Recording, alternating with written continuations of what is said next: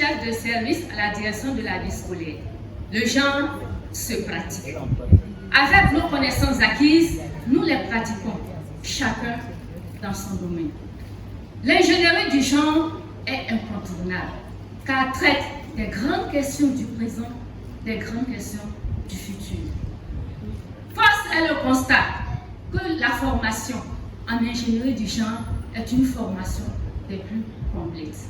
En arrivant à la formation, j'avais ce rêve culturel, social et économique, celui de faire la promotion de nos mythes traditionnels qui disparaissent et qui ne sont pas connus des plus jeunes. Si je vous dis Apiti, Abono, Kaka, etc. Exactement, Crévé. Faire la promotion des alliances interethniques, mais surtout faire la promotion de ces femmes-là même qui sont les acteurs de cette activité informelle génératrice de revenus, qui sont des femmes, des jeunes filles, et en général, elles ne sont pas ou très peu scolarisées. La formation en ingénierie de genre m'a permis de structurer mon projet.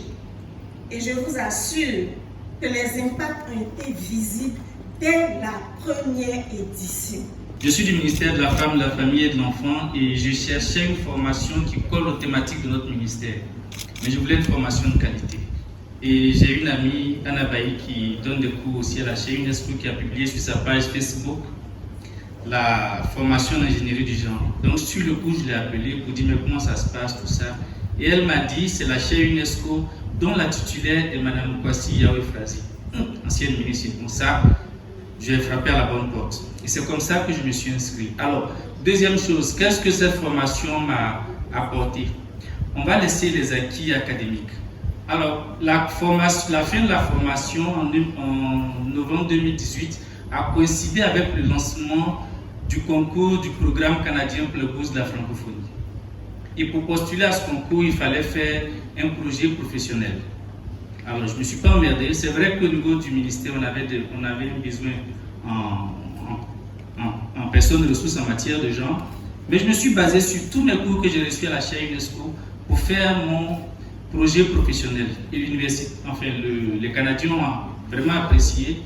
Et je pense que ça fait partie de ma sélection. 70% du programme concerne le genre. Les gens, les autres ne le font pas. Vous voyez un peu. Donc, vous devez vous inscrire pour soit vous développer vous-même comme Tati, c'est ça notre Tati, première promotion, soit transformer votre entreprise pour être comme Max. Comme il a été nommé, il ne vous a pas dit, il a été nommé au ministère de la Femme, à la direction de l'égalité de la promotion du genre, il est sous-directeur chargé des études et de la recherche. Pour pratiquer, soit aller aux Nations Unies. Tous vos professeurs qui sont là, ils sont tous aux Nations Unies. Il y a beaucoup d'étudiants, ils n'ont même pas fini. Je pense que Onifam est là. Il y a un qui était avec nous, il n'a même pas fini. Onifam l'a récupéré. L'année dernière, on a formé beaucoup de personnes de PNUD. Cette année, la FAO, vous avez votre place, mais il faut aller chercher cette place.